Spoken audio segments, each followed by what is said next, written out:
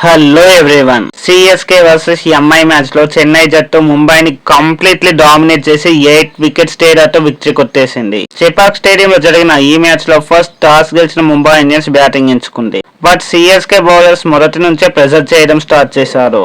Mumbai Indians batsmen పరుగులు చేయడానికి చాలా కష్టపడ్డారు.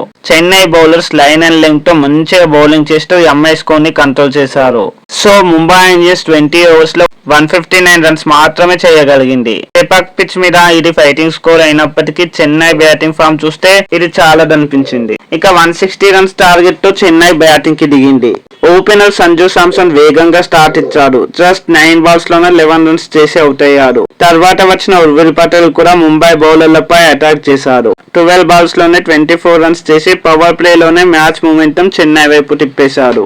బట్ ఈ మ్యాచ్ లో అసలు హీరో వాళ్ళ కెప్టెన్ రుతురాజ్ గైక్వాడ్ అద్భుతంగా ఇన్నింగ్స్ ఆడుతూ 48 బాల్స్ లోనే 67 నాట్అవుట్ గా నిలిచాడు.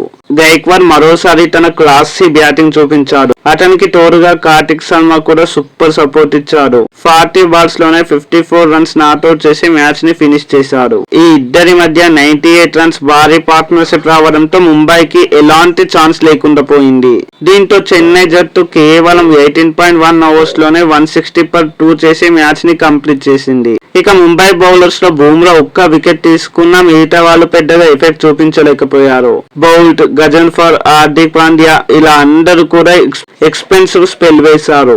ఈ గెలుపుతో సిఎస్కే పాయింట్స్ టేబుల్ లో మరింత బలమైన స్థానానికి చేరింది. మరోవైపు ముంబై ఇండియన్స్ కి ఇది పెద్ద షాక్. ముంబై ఇంకొకటి లేదా 2 మ్యాచెస్ ఓడిపోతే మాత్రం ఆల్మోస్ట్ ఈ రేస్ నుంచి ఎలిమినేట్ అయినట్టే. అయితే ఫ్రెండ్స్, ఈ మ్యాచ్ లో మీకు బెస్ట్ ప్లేయర్ ఎవరు అనిపించారు? రుతురాజ్ గైక్వాడా లేక కార్తిక్ శర్మనా? మీ ఒపీనియన్ ని కామెంట్ లో చెప్పండి. అలానే వీడియో నచ్చితే లైక్, షేర్ అండ్ సబ్స్క్రైబ్ చేయండి. మరో వీడియోతో మళ్ళీ కలుద్దాం. Thanks for watching. జై హింద్.